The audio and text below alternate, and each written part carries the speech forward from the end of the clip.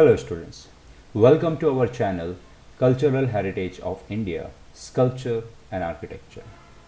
Class 10th, Gujarat Board, Subject Social Science, Chapter 3rd. इस video में हम लोग इस चैप्टर को शॉर्ट में समझने वाले हैं in a summary. So now moving on to the first topic, the art of sculpture and architecture has brought a unique identity to India. अब हमारे देश हिंदुस्तान यानी भारत की जो कला है मूर्तियाँ बनाने में, अलग अलग प्रकृति बनाने में, फिर आर्किटेक्चर, बिल्डिंग्स, मॉन्यूमेंट्स, अलग अलग तरीके का आर्किटेक्चर जैसे फोर्ट हो गया, मंदिर हो गए, फिर along with this for example Taj Mahal, Qutub Minar, हमारे यहाँ पे बहुत सारे ऐसे वाव हैं, मंदिर हैं जो बहुत ही ज़्यादा पूरी दुनिया में उनकी जिस तरीके से उनको डिज़ाइन किया कर बनाया गया वो पूरी दुनिया में एक अलग ही छाप छोड़ते हैं. Number 2, sculpture. What do you mean by sculpture? जैसे शब्द हमारे चैप्टर का टाइटल है sculpture. Sculpture mean the art of shaping figure और design with the help of chisel and hammer. अब हमारे यहाँ पे मूर्तियों के कलाकार यानी ऐसे बहुत ऐसे कलाकार हमारे हिंदुस्तान में, भारत में भरे हुए थे जो अपने हथौड़ी और छेनी से किसी भी पत्थर को एक खूबसूरत आकृति का रूप देते थे. जैसे कोई डांसर हो गया, भगवान की मूर्तियाँ, राजा की मूर्तियाँ, इस तरह के भरे हुए थे और ये कलाकारी इतनी ज़बरदस्त थी, पूरे दुनिया में फेमस थी. सो इस तरह की डिज़ाइन एक पत्थर से उसमें से एक मूर्ति बनाना हथौड़ी और छेनी की मदद से, कोई मशीन नहीं, कोई टेक्नोलॉजी नहीं, that is consider known as sculpture. Now point number 3, architecture. Architecture means construction. Architecture का मतलब होता है किसी भी चीज़ को बनाना. Art of constructing building, houses, town, well, fort, minars, temple, mosque and tomb is called architecture. ये सब कुछ एग्जाम्पल हैं. यानी बिल्डिंगों की बनाने की कला, घर, शहर, कुएं, किले, मीनार, मंदिर, मस्जिद, मकबरे, इन सब को भी ये लोग बहुत ही खूबसूरती से ये लोग डिज़ाइन करते थे. Now moving on to the next topic, the a town of Asian India were divided into 3 section. अब इस चीज़ को हम लोग स्टडी करने के लिए हम सबसे पहले तो एक काम करेंगे, जो हमारे एशियन इंडिया की जो टाउन है यानी जो रहने के जो एरिया होते थे, शहर होते थे छोटे छोटे, उनको हम 3 सेक्शन में हम लोग समझेंगे. यानी किसी भी टाउन को अगर बनाना है तो उनको 3 तरीके से कंस्ट्रक्ट किया जाता था. किस तरीके से? सबसे पहले तो शहर के अंदर फोर्ट ऑफ रूलर होता था, मतलब राजाओं के रहने के लिए किला. दूसरा, houses of administrative officer situated on the upper part of the town, मतलब किला बन गया राजा का, फिर उसके नीचे जो सरकारी अधिकारी, जो गवर्नमेंट, जो कह सकते हैं राजा लोगों के जो अधिकारी, मंत्री, सेनापति, ऊंचे ओहदों के लोग होते थे, उनके लिए बनाया जाता था और उनको अपर टाउन कहा जाता था. फिर तीसरा जो सेक्शन आता था, residence of the common people situated on the lower part of the town. Means यानी यहाँ पे आपका एक पिरामिड टाइप बनता था. पिरामिड को अगर हम लोग समझ सके तो यहाँ पे एक सिंपल सा स्ट्रक्चर क्रिएट होगा. जैसे फॉर एग्जांपल ये आपका हो गया स्ट्रक्चर, एंड देन ये आपका कुछ इस तरीके का पूरा शहर बनता था. यहाँ पे जो ये है, ये हमारा क्या है? फॉर रूरल, यानी राजाओं के लिए. और यहाँ पे जो लोग होते थे, यहाँ पर ये आपका एक स्ट्रक्चर होता था, यहाँ पे रहते थे एडमिनिस्ट्रेटिव यानी ऊंचे अधिकारी के लोग, अपर लेवल के लोग रहते थे, जैसे हमारे हो गए सेनापति हो गया. और ये जो होता था ये हमारा कहलाता था लोअर टाउन. लोअर टाउन यहाँ पे आम जनता यहाँ पे रहती थी. सो ये हो गया इस तरीके से एक हमने रफ आइडिया जाना कि किस तरह से पहले के पुराने में टाउन प्लानिंग हुआ करती थी. नाउ अब हम थोड़ा सा ये हमने जाना एशियन टाउन प्लानिंग. अब हम थोड़ा सा डीप में जानते हैं. कुछ एक एग्जांपल है एशियन टाउन प्लानिंग के, जैसे people of Indus valley civilisation, यानी the people of Indus valley civilisation has developed many more beautiful and systematic town. ये एक चीज़ बहुत ज़्यादा उन लोग की अचीवमेंट वाली थी, एक कैरेक्टरिस्टिक वाली, और एक जो दुनिया में जो अलग करती वो क्या थी? उनके खूबसूरत और कह सकते हैं सिस्टमैटिक, यानी एकदम आज के ज़माने में अगर देखा जाए कोई भी सोसाइटी, कोई भी सेक्टर को डेवलप किया जाता है तो उसमें प्रॉपर रोड प्लानिंग होती है, ड्रेनेज फैसिलिटी, इलेक्ट्रिसिटी की लाइट प्लानिंग, और सारे जो घर्स होंगे वो सिस्टमेटिकली अरेंज होंगे. कोई भी घर आगे पीछे नहीं होगा, सारे घरों की साइज सेम होगी. इस तरह की town planning Indus valley civilisation की जब एक्सकेवेशन किया गया तब पाई गई थी. अब इनमें से कुछ एक सिविलाइजेशन का नाम है जैसे हड़प्पन एंड मोहनजोदारो। अब इन सिविलाइजेशन को इंडस वैली सिविलाइजेशन इसलिए कहते हैं क्योंकि ये इंडस क्या है, हमारी एक नदी है और ये एक रिवर है, और इनके बाजू में ही ये सिविलाइजेशन सेटअप डेवलप होना चालू हुई थी। क्यों?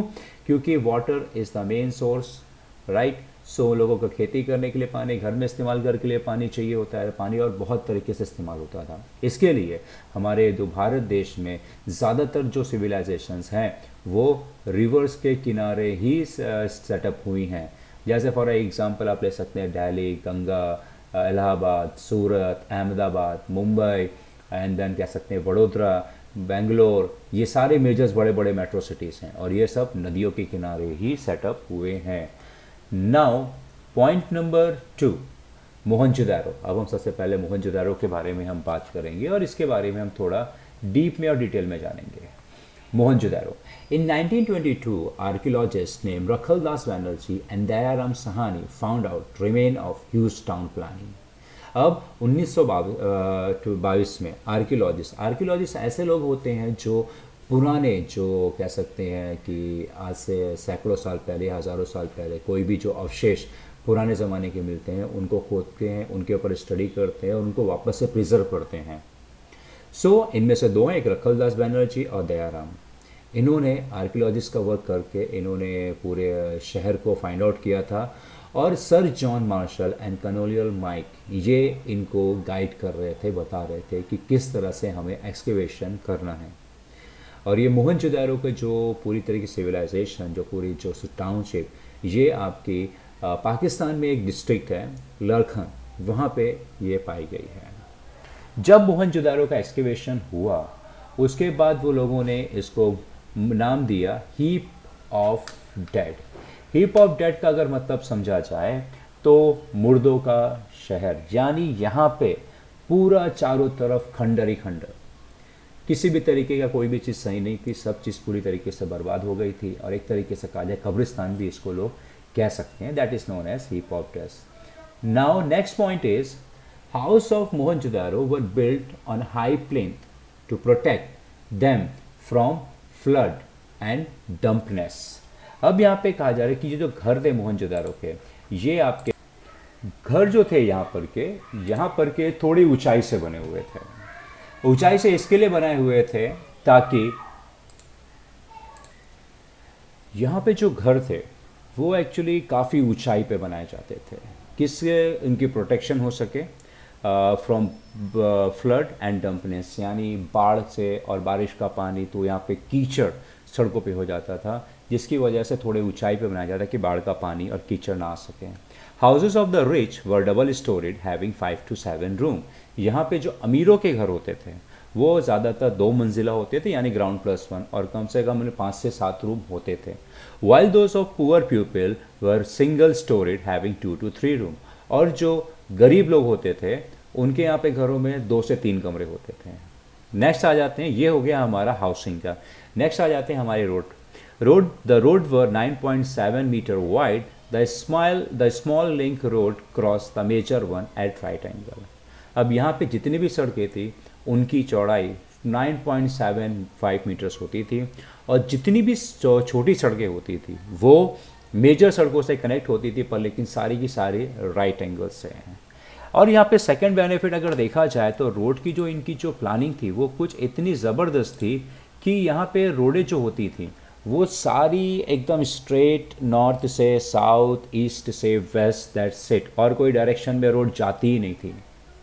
Now third point, pit on the roadside suggests that there were night have been lamp post। अब यहाँ पे रोड के किनारे खड्डे पाए गए हैं जिससे उन्होंने ये अंदाज़ा लगाया कि शायद यहाँ पे रात के टाइम पे लैम्प पोस्ट यानी स्ट्रीट लाइट की सुविधा थी।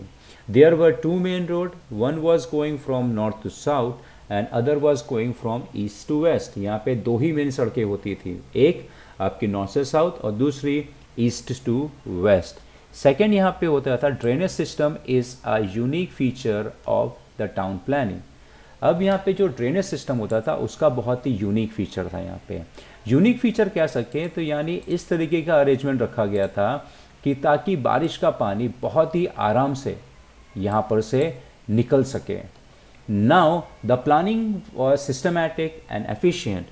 Drainage system clearly proved that they were very careful about their health and hygiene. यहाँ पे ड्रेनेज सिस्टम देख के ऐसा पूरा क्लियर अंदाज़ा आता है कि वो लोग अपनी सेहत और अपनी हाइजीन को लेके बहुत ही ज़्यादा केयरफुल थे। Number third, there was an arrangement to put fresh water in and dirty water out. अब यहाँ पे इनके एक पब्लिक बाथरूम्स भी थे, टैंक तरीके होता है जहाँ पे लोग पब्लिकली जाके नहाना चाहे तो नहा सकते थे, और इनके घरों में भी वॉशरूम, नहाने की सुविधा और टॉयलेट हुआ करती थी। लेकिन फिर भी कभी कोई अगर मेला या फेस्टिवल या कोई धार्मिक अगर लोग इकट्ठा होते थे तो उनके लिए नहाने के लिए अरेंजमेंट था, और इस तरह का अरेंजमेंट था कि ताकि उसमें से ताज़ा पानी अंदर आए और गंदा पानी अपने आप बाहर निकलता चला जाए। और वहाँ पे पब्लिक बाथ यानी लोगों के नहाने के लिए भी सुविधाएं अरेंजमेंट थी। Number 4, the ruin of 2 huge building have been found at Mohenjodaro. अब बहुत बड़े बड़े बिल्डिंग्स भी वहाँ पे मोहनजोदारो में पाए गए हैं। They might have been used as a town hall और एज अ थिएटर और एन एडमिनिस्ट्रेटिव ऑफिस और अ ग्रेनरी।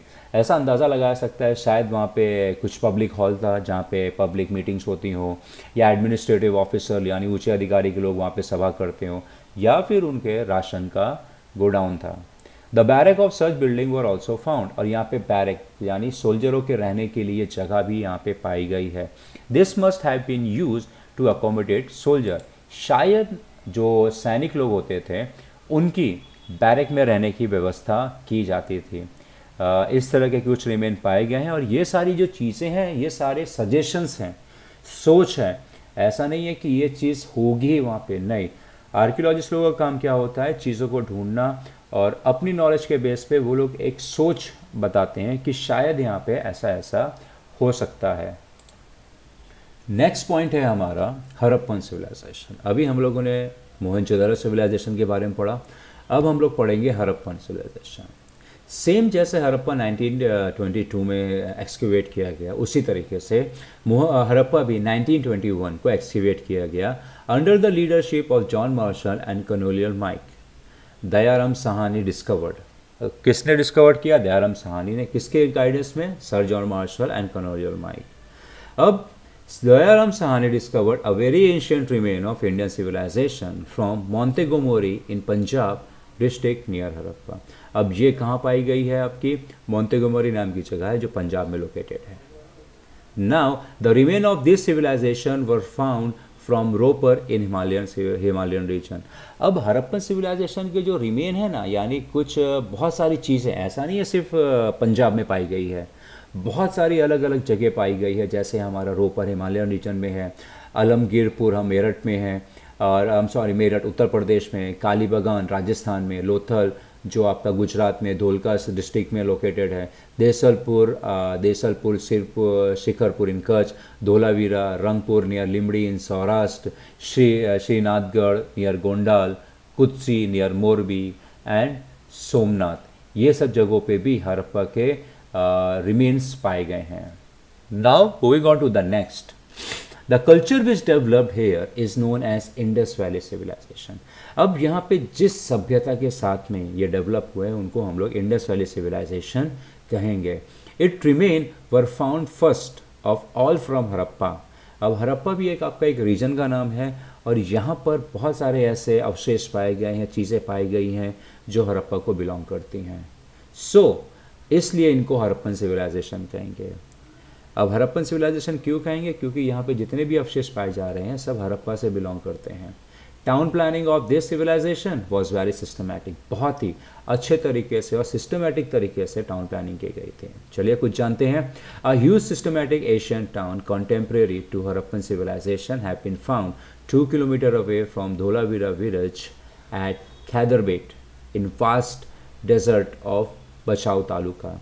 अब यहाँ पे अगर देखा जाए तो हमारी एक और सभ्यता, बहुत जूनी सभ्यता पाई गई है, और ये अगर देखा जाए तो ये आपका धोलावीरा जो खैदरबेट गांव है वहाँ पे लोकेटेड है, और इसका जो तालुका है बचाव, और ये भुज से तकरीबन 140 किलोमीटर दूर है। स्टूडेंट्स हमेशा याद रखिएगा कि अगर आपका कोई भी सिविलाइजेशन में से अगर आंसर पूछा जाता है तो सबसे पहले आप उसमें लिखेंगे कि किसने इस सिविलाइजेशन को फाइंड किया, सेकंड ये सिविलाइजेशन इंडिया में किस जगह पे लोकेटेड है, ये चीज़ हमेशा याद रखेंगे। So next point, India has undertaken the research work in 1990 AD। अब इंडिया ने इसका यहाँ पर अगर देखा जाए तो आपका धोलावीरा का जो सिविलाइजेशन पाई गई थी उसका उन्होंने काम 1990 में चालू किया था, और किसके गाइडेंस के थ्रू हुआ था, रविंद्र सिंह बिश्त ने इसका काम एक्सक्यूवेट किया था अपनी निगरानी के अंदर। Now next point, remain at Dholavira palaces and main wall of town were painted with white colour. अब धोलावीरा में जो रिमेन्स मिले हैं, अवशेष मिले हैं, उनको जब स्टडी किया गया तो उनको पाया गया कि वहाँ पर के जो महल और जो मेन दीवारें, पूरे राज्य को बचाने के लिए जो दीवारें बनाई जाती थी वो सफ़ेद कलर से की जाती थी। The wall is made up of clay, stone, bricks. अब दीवार किससे बनाई जाती थी, आपकी ज़्यादातर मिट्टी, पत्थर और ईंटें। ईंटें आपके पत्थरों को जब पका के बनाया जाता है तो आपकी ब्रिक्स बनती हैं। Portable water was available here as well as proper system of water purification was setup here. अब यहाँ पे पोर्टेबल यानी पानी पीने की भी बहुत अच्छी सुविधा, अलॉन्ग विद दिस यहाँ पे वाटर साफ करने की भी फैसिलिटी थी, यानी लोग अपनी हेल्थ का कितना ध्यान रख रहे थे। नेक्स्ट है हमारा लोथल। अब ये धोलावीरा का पढ़ लिया, अब हम लोग जानेंगे लोथल के बारे में। लोथल भी आपकी एक सिविलाइजेशन, ये चौथी सिविलाइजेशन है। Lothal is situated in Dholka taluka, Ahmedabad district, between two reverse. अब लोथल जो है वो आपके धोलका तालुका अहमदाबाद में लोकेटेड है, और ये दो नदियों के बीच में है, और उन नदियों का नाम है भोगाओ एंड साबरमती। अब इसका थोड़ा सा लोकेशन जान लेते हैं। ये तकरीबन आपका बे ऑफ खंबात से 18 किलोमीटर दूर है। अब यहाँ पे जब स्टडी किया गया तो यहाँ पे 3 लेयर्स ऑफ ह्यूमन हैबिटेट, यानी एक इंसान नहीं, यानी इंसानों की अलग अलग तरीके की रहने की चीज़ें मिली हैं, 3 layer. The number next, the huge dockyard, storage shop, etc. show the proof of important and export, which suggests that it might be a rich and prosperous port of India. अब यहाँ पे बहुत सारे ऐसे एक डॉकयार्ड पाया गया जहाँ पे आपके स्टोरेज की सुविधा भी थी, गोडाउन्स थे बड़े। अब ये शो करते हैं कि दैट हमारे यहाँ पर से इस शिपयार्ड से इंपोर्ट एक्सपोर्ट का भी काम होता था, और प्रूफ ये कितना ज़्यादा हमारे देश के लिए इम्पोर्टेंट था, जो ये बताता है कि आज से सैकड़ों साल पहले हमारा देश कितना ज़्यादा अमीर और समृद्ध बिजनेस यानी के तौर पे हुआ करता था। An oval shape construction under the remain of the Lord Buddha body were placed in a box is known as stupa. अब हम लोग यहाँ पे पढ़ेंगे स्टूपास के बारे में। स्टूपा होता क्या है? स्टूपा एक तरीके से देखा जाए तो आपका एक टोम तरीके होता है, जहाँ पे लेकिन इसका जो स्ट्रक्चर होता है ये आपका ओवल शेप यानी अंडे के आकार का होता है, पूरी तरीके से गोल नहीं होता है। ऊपर से इसकी जो गोलाई होती है वो थोड़ी फैली हुई रहती है, और यहाँ पे ऐसा माना जाता है कि यहाँ पे लॉर्ड बुद्धा की बॉडी को यहाँ पे रखा गया था। Number next, there are 5 famous stupas of the time of King Ashoka. और अशोका के दौर में देखा जाए 5 फेमस स्टूपास थे, और उनके जो नाम है वो है सांची, सारनाथ, बेरत, नंदरगढ़, देवानी मोरी रिस्पेक्टिवली। इसके साथ में यहाँ पे चैतियास, विहारास, मठ, ये साधुओं के रहने के लिए अलग अलग तरीके की सुविधाएं होती हैं, उनका नाम है। नेक्स्ट पॉइंट है हमारा स्टोन इंस्क्रिप्शन। स्टोन इंस्क्रिप्शन क्या है? पत्थरों के ऊपर लिखना या पत्थरों के ऊपर डिज़ाइन बनाना। Carved out by the religious order of emperor Ashoka are the best specimen of stone engraving. Inscription, something to draw, something to design, something to write on stone. अब ये अगर देखा जाए स्टोन इंस्क्रिप्शन, ये स्टोन ग्रेविंग में one of the best example है। Emperor Ashoka का proof करता है कि जो राजा अशोका थे उस टाइम पे कितने ज़्यादा फेमस थे। सच पिलर वर इरेक्टेड इन अंबाया। अब ऐसे काफ़ी सारे पिलर्स आपके अंबिया, मेरठ, इलाहाबाद, सोमनाथ, लौरिया, नियर नंदनगढ़, सांची, काशी, पटना एंड बोधि वृक्षा नियर बोधगया यहाँ पे पाए गए हैं, और ज़्यादातर में देखा जाए तो ब्रह्मी स्क्रिप्ट का इस्तेमाल हुआ है। Now the stone inscription of Sarnath is best of the sculpture. और इन सब में अगर देखा जाए तो सारनाथ पे जो स्क्रिप्शन, स्टोन इंस्क्रिप्शन मिले हैं वो सबसे अच्छे, सबसे बेस्ट एग्जाम्पल है। The pillar has 4 line facing 4 direction. और ये जो स्पेसिमेन है ये हमारी जो करेंसी है उसमें भी इस्तेमाल किया जाता है। Now next, Samnath is a preaching place of Lord Buddha while dharma chakra are curved below the loin image। अब सामना देखा जाए एक तरीके से आपकी प्रीचिंग प्लेस थी लॉर्ड बुद्धा की, और उसी के साथ में धर्मचक्र जो हमारे सिक्के और हमारे नेशनल फ्लैग के सेंटर में जो सर्कल होता है वो उसको कहते हैं धर्मचक्र, जो सारनाथ के पिलर के नीचे 4 लाइनों के पैर के नीचे बना हुआ है। Now the image of 4 lion have been placed as our national emblem, और ये जो आपकी सारनाथ की जो इमेज है ये हमारे नेशनल एम्बलम में भी यूज़ की गई है। Stone inscription carved by religious order of Ashoka. अब ये जो स्टोन स्क्रिप्चर हैं ये सिर्फ एक ही जगह नहीं, अलग अलग जगह पे पाए गए हैं, जैसे Peshawar, Dehradun, Thane, Mumbai, Khwali, Jaguda and Chennai. Such inscription is found from the foot hill of Girnar, और ऐसे इंस्क्रिप्शन हमारे गिरनार के माउंटेन में भी पाए गए हैं जो जूनागढ़ के रास्ते में पड़ते हैं। Now moving on to the next point, many Buddhist stupa were built in the region near Krishna Godavari river during the reign of Satavahana king, और ऐसे बहुत सारे स्टूपास बनाए गए हैं, और ये स्टूपास आपके कृष्णा नदी और कावेरी गोदावरी रिवर के किनारे पाए गए हैं। इससे ये साबित ये किस दौर पे बनाए गए हैं, सतवाहना किंग के दौर में बनाए गए हैं। Stupa of Nagarjuna Konda and Amaravati are the best specimen of Dravida style of art, और नागार्जुना का स्तूपा और काउंडा का स्तूपा अमरावती में जो स्टूपास पाए गए हैं इस द्रविडियन स्टाइल के one of the best example करते हैं कि लोग स्टूपा कितने खूबसूरत बना देते हैं। नेक्स्ट है Chola kings adopted Dravida style of architecture up to the great extent. Chola के जो राजा थे उन्होंने भी द्रविडियन स्टाइल कंस्ट्रक्शन का तरीका अपनाया। Next, during the Gupta period architecture, sculpture, painting, dancing and music florist. अब गुप्ता पीरियड के दौर में जो आपका कह सकते हैं कि जो आर्किटेक्चर है, स्कल्पचर है, पेंटिंग, कलाकृति, कलर करना, नाच गाना, म्यूज़िक, ये बहुत ही ज़्यादा फ्लोरिश हुआ था, समृद्ध हुआ था। नेक्स्ट है पार्वती टेम्पल जो at Jabalpur, Bhumara, Shiva temple, Narasimha temple, Gopi mandir, stupas, chaitya, मठ, विहारास, फ्लैग, ध्वज, पिलर्स, ये भी बहुत ही अच्छे एग्जाम्पल हैं। Now moving on to the next, cave of Ajanta and Ellora, Elephanta caves, Udayagiri, Bagh caves, Bhuvaneshwari caves, Kangiri and Nilgiri caves are the specimen of cave architecture of Gupta period. ये भी कुछ एक गुप्ता पीरियड के कलाकृति का एक एग्जाम्पल है। नेक्स्ट है केव इन गुजरात। अब यहाँ पे गुजरात के केव्स के बारे में हम जानते हैं कि गुजरात में भी केव्स आपके जूनागढ़, कंबालीडा, तलाजा, सना, ढांग, झिंझुनी झार, खापरा, कोड़िया एंड कालिया डंगर यहाँ पर भी पाए गए हैं। Now a unique feature of Pallava age can be seen in the famous chariot temple of South India. अब पल्लवा राज्य के दौरान उनके बहुत सारे ऐसे फीचर्स, ऐसे कलाकृति पाई गई हैं, जैसे चैरियट टेम्पल साउथ इंडिया में बहुत ज़्यादा पाए जाते हैं। It is curved out from a single rock, और ये जो मंदिरों में जो ये चैरियट टेम्पल है इनकी खासियत ये है कि ये सिंगल पत्थर से पूरे बनाए गए हैं। Kailash temple of Kanchi and temple of Vaikuntha Perumal, mandapas at Mahabalipuram and the temples of Mahabalipuram are world famous rock cut temple. ये भी एक बड़े बड़े पत्थरों से कट करके इनको पूरा बनाया गया है। Number next, the chariot were named after the name of the Pandavas, और यहाँ पे जो रथ मंदिर पाए गए हैं ये पांडवस के नाम पे रखे गए हैं। Many famous temple architecture are seen with high pedestal and pinnacle with ladder. अब यहाँ पे बहुत ही ज़्यादा फेमस टेम्पल, मशहूर टेम्पल पाए गए हैं, उनकी कलाकृति भी पाई बहुत ही ज़्यादा खूबसूरत है। और यहाँ पे हाई पेडेस्टल यानी मंदिरों पे ऊपर चढ़ने के लिए सीढ़ियाँ, बहुत ज़्यादा सीढ़ियाँ बनाई जाती थी। और पिनाकल देखा जाए तो आपके मंदिर का जो गुम्बद होता है उसके ऊपर एक पॉइंटेड गोल गोल करके कलश टाइप होता है जिसको पिनाकल कहते हैं। और यहाँ पे उसमें सीढ़ियाँ भी पाई गई, यानी उनके ऊपर चढ़ के अगर उनको साफ करना हो तो भी।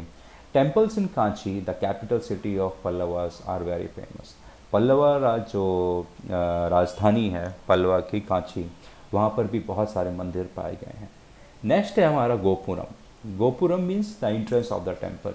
अब हर एक मंदिर में अंदर जाने का एक रास्ता होता है, मेन गेट होता है बहुत बड़ा, उसको गोपुरम कहते हैं। The construction of temple gain momentum due to the encouragement of Pandya ruler of South India. फिर जब पांड्या का दौर आया उस टाइम पे मंदिर बनवाने का जो प्रथा थी वो बहुत ही ज़्यादा ज़बरदस्त और बहुत ही तेज़ी से हुआ था।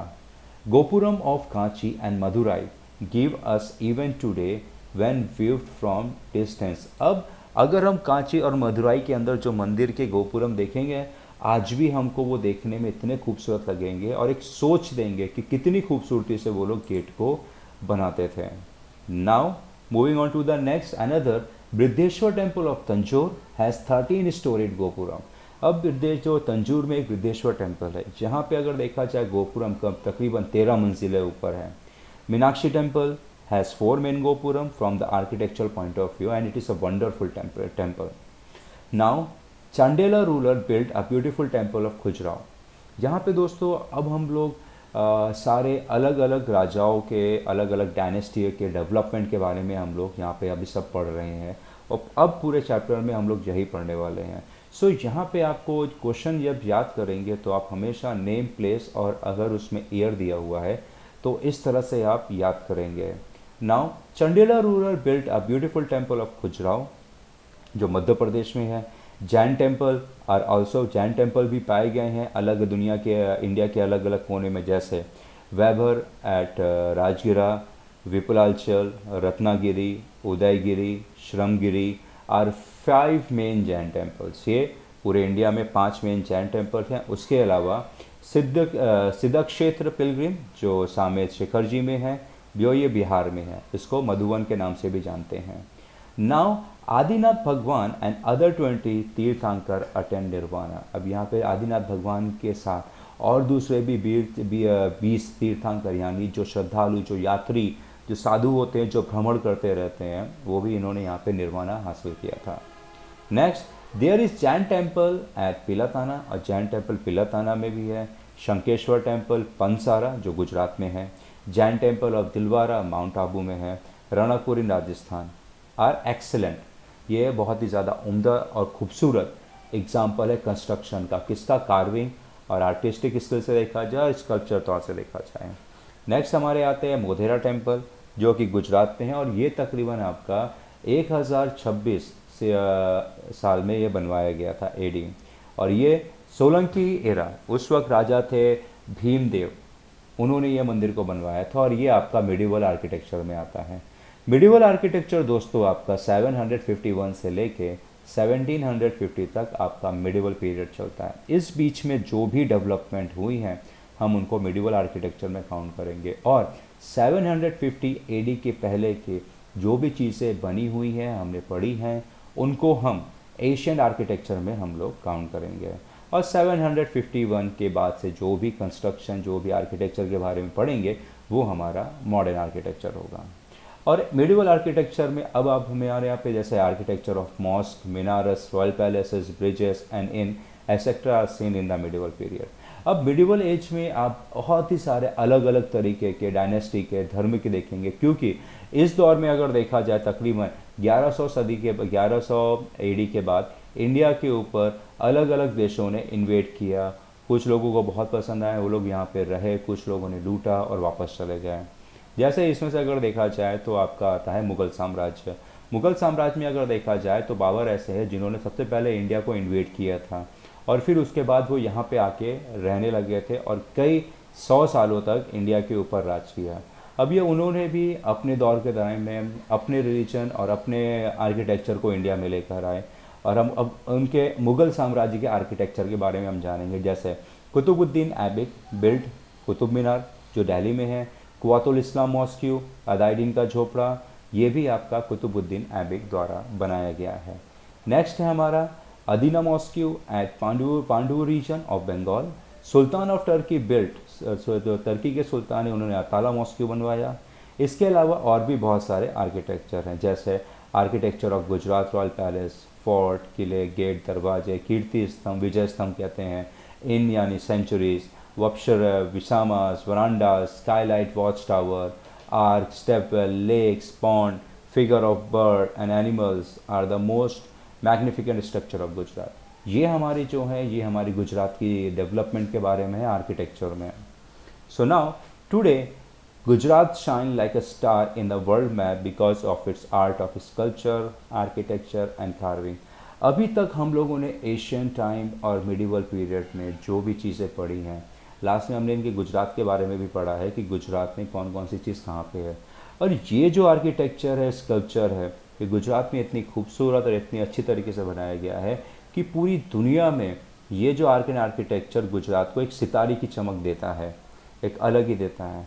चलिए अब हम ये जो चैप्टर की समरी है, इनके इम्पॉर्टेंट टॉपिक्स को हम लोग स्टडी करेंगे।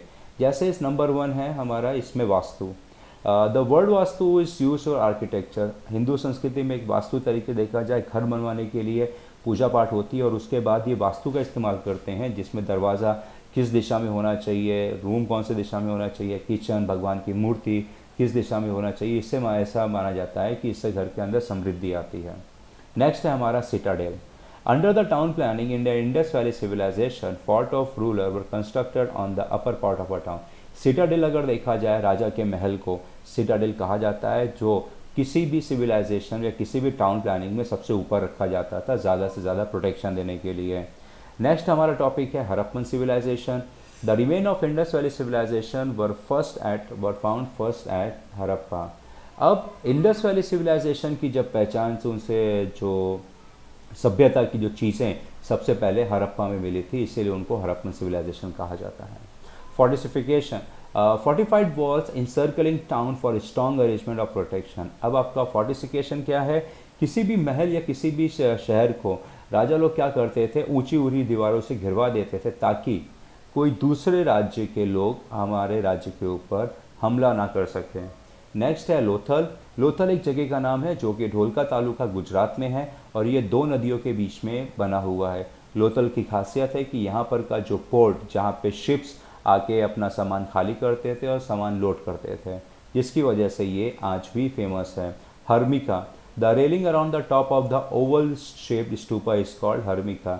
अब स्तूपा बनाया जाता था, स्तूपा का जो गुम्बद होता था, गुम्बद जहाँ पे एंड होता था, उसके तरफ चारों तरफ एक जाली जैसा बनाया जाता था, जिसको हर्मिका कहा जाता है। Medhi, evaluator circle path around the stupa is known as medhi. अब स्तूपा जो ग्राउंड फ्लोर होता था, उसके चारों तरफ एक पत्थर का एक सर्कुलर पाथ बनाया जाता था, कह सकते हैं चलने के लिए, दैट इज नोन एज मेडी। तोरण, it is a main gateway that built on 2 high pillar of artistic horizontal beam. अब आपका तोरण जो होता था, तोरण एक तरीके से देखा जाए तो 2 पिलर के ऊपर एक आर्टिस्टिक यानी 2 पिलर होते थे, उसके ऊपर एक गोल करके होता था जिसके ऊपर लिखा जाता था, और डिवोटीज लोग इस तोरण का इस्तेमाल करते थे। Now pillar inscription, stone inscription made from single rock made shiny carved out of by the religious order of emperor Ashoka. Stone inscription जैसे पहले भी पढ़ा है, एक सिंगल पत्थर पे डिज़ाइन बनाई जाती थी, या तो मूर्ति बनाई जाती थी या इसके ऊपर कोई श्लोक, कोई बात लिखी जाती थी। और ये जो स्टोन इंस्क्रिप्शन है, ये एम्परर अशोका के टाइम के हैं और बहुत ही ज़्यादा बेस्ट डिज़ाइनिंग में काउंट होते हैं। Now Dravidian style. अब many Buddhist stupas were build in the region near Krishna and Godavari. ये कृष्णा एंड गोदावरी हमारे इंडिया के साउथ में है, और बुद्धिस्ट लोगों ने यहाँ पे जो स्तूपास जो बने थे उनके, वो ज़्यादातर द्रविडियन स्टाइल के बनाए थे, और इनको बनाने वाले कौन थे? सतवाना किंग, इनके दौर में ये सब बनाया गया था। अब स्तूपा का अगर स्ट्रक्चर देखा जाए तो सबसे पहले तो ये सेमी सर्कल यानी आधा गोल होते थे, और ये भी गोल पूरी तरीके से गोल नहीं होते थे, अंडे की तरीके के गोल होते थे, और बेल शेप, और इनको अगर दूर से देखेंगे तो जैसा घंटी कैसा होती है वैसा होता था। They are known as the best specimen of Dravida style of architecture. और ये जो है one of the best Dravida culture की जो उनके आर्किटेक्चर डिज़ाइनिंग थी उसमें से बेस्ट एग्जाम्पल है। जैसे for example stupas of Amravati. Now Trimurti in the 3 form of God. अब ये क्या है? त्रिमूर्ति, भगवान के 3 रूप हैं, जैसे painting of Brahma, Vishnu and Mahesh. इनके भी बहुत अच्छी मूर्तियाँ एलिफेंटा केव में देखने को मिलेंगी। नाउ नेक्स्ट आते हैं हम लोग हमारा चैरियट टेम्पल। चैरियट टेम्पल यानी हमारा रथ मंदिर, जो कि अगर देखा जाए ये भी बहुत ही ज़बरदस्त यूनिक टेम्पल है, यानी बहुत खूबसूरत है। इनके जैसा कोई भी टेम्पल इंडिया में नहीं पाया जाता है। अब ये खासियत ये पल्लवा दौर के टाइम पे इनको बनाया गया था साउथ इंडिया में। For example Kailashnath temple of Kanchi, ये बहुत ही अच्छा एग्जांपल है। गर्भगृह, गर्भगृह अगर देखा जाए तो मंदिर के अंदर मंदिर बनाया जाता था, और ये गर्भगृह ऐसा होता था जहाँ पे भगवान की प्रतिमा को रखा जाता था। उसको कहते हैं कि आप किसी भी मंदिर में अगर जाएंगे जहाँ पे भगवान को फूल चढ़ाए जाते हैं, जिस रूम में भगवान की मूर्ति को स्थापित किया जाता है, उस रूम को गर्भगृह कहते हैं। Gopuram, Pandya ruler of South India built high outer wall and beautifully decorated gate outside the temple. अब गोपुरम क्या है? गोपुरम एक तरीके से देखा जाए तो मंदिर के चारों तरफ ऊंची ऊंची दीवारें होती हैं और वहाँ पे एक गेट बनाया जाता है जिससे जो श्रद्धालु होते हैं, जो पूजा पाठ करने के लोग आते हैं, वो उस मंदिर से अंदर जाते हैं। अब इस इस गेट को गोपुरम कहा जाता है और ये पांड्या राजा लोग थे, वो लोगों ने ज़्यादातर साउथ इंडिया में बहुत बड़े बड़े गोपुरम बनाए और ये बहुत ही ज़्यादा खूबसूरत है। जैसे फॉर एग्जांपल गोपुरम है आपका जैसे कांची और मदुरई में है। नेक्स्ट है हमारा Taladhvajagiri. Mountain of Talaja is situated near the mouth of Shatrunji river in Bhavnagar district. अब ये जो हमारा जो मंदिर है, ये देखिए इसकी लोकेशन अगर देखा जाए तो हमारा एक तलाजा का माउंटेन है जो कि देखा जाए शत्रुंजी रिवर भावनगर में है, यहाँ पे लोकेटेड। और ये बहुत ही फेमस पिलग्रिमेज यानी तीर्थ स्थल है हमारे यहाँ पर के गुजरात का। अब गाइस ये हमारे कुछ ये टेम्पल्स के नाम हैं जो गुजरात में हैं और ये टेम्पल्स उनके आर्किटेक्चर डिज़ाइन के लिए बहुत ही ज़्यादा फेमस हैं। फॉर एग्जांपल जैसे भद्रकाली मंदिर जो जगत टेम्पल द्वारका में है, गीता मंदिर, बहुचरज जी टेम्पल आपका, फिर वेड़ा टेम्पल, जगन्नाथ टेम्पल जो जमालपुर अहमदाबाद में है, रणछोड़दार जी टेम्पल डाकोर में है, सन टेम्पल मुधेरा में है, हाटकेश्वर महादेव टेम्पल वड़नागर में है, Ambaji temple, Shyamala ji temple, Somnath temple, Jagannath temple, Bahucharaji ji temple, Mahakali, स्वैर्य स्वामीनारायण टेम्पल, ब्रह्मा जी टेम्पल जो खेड़ ब्रह्मा, फिर आपका खोड़ियार माता जी टेम्पल भावनगर, मड ऑफ आशापुरामा कच्छ में है, रुद्र महालय टेम्पल सिद्धपुर में है और चौरी ऑफ श्यामला जी। ये कुछ एक गुजरात के फेमस टेम्पल के नाम है जो अपने कलाकृति के लिए जाने जाते हैं। स्टूडेंट्स मैंने कोशिश करी है कि इस चैप्टर को जितना शॉर्ट होकर समझाया जाए। इस चैप्टर में बहुत सारे ऐसे टॉपिक्स हैं जो आपको अलग अलग राजाओं के अलग अलग मंदिरों के डेवलपमेंट के बारे में लिखना है। एशियन टाइम में आर्किटेक्चर में किस तरीके से डेवलपमेंट हुआ, मिडिवल पीरियड में कहाँ कहाँ पे किस तरीके का डेवलपमेंट हुआ, ये सारी चीज़ें इस चैप्टर में मेजर पोर्शन कवर करती हैं। So now this explanation ends over here. अगर यहाँ पे कोई भी पॉइंट या कोई भी टॉपिक अगर मिस हो जाता है, so it's an humble request to everyone कि वो मुझे कमेंट में उस टॉपिक को मेंशन कर दें और मैं कोशिश करूँगा कि जल्दी से जल्दी उस पर मैं एक शॉर्ट वीडियो क्रिएट करके आपकी जो भी डाउट्स और क्वेरी हैं उनको मैं अच्छी तरीके से सॉल्व कर पाऊँ। एंड अलॉन्ग विद दिस दोस्तों मैंने इस चैप्टर के क्वेश्चन आंसर्स भी मैंने एक्सप्लेन करे हुए हैं, उसकी लिंक आपको मेरे डिस्क्रिप्शन बॉक्स में बहुत ही जल्दी मैं वीडियोस क्रिएट करके अपलोड कर दूंगा, ताकि इस एक्सप्लेनेशन के साथ में अगर आपको क्वेश्चन आंसर्स भी समझने हो तो भी आप आसानी से समझ सकते हैं। और अगर आपको इस चैप्टर्स के क्वेश्चन आंसर्स के PDF चाहिए so that you can complete your notebooks, वो भी आपको इस मेरे डिस्क्रिप्शन बॉक्स में बहुत जल्दी वो भी आपको मिल जाएगी। Thank you very much. Please like if you like my explanation. Thank you.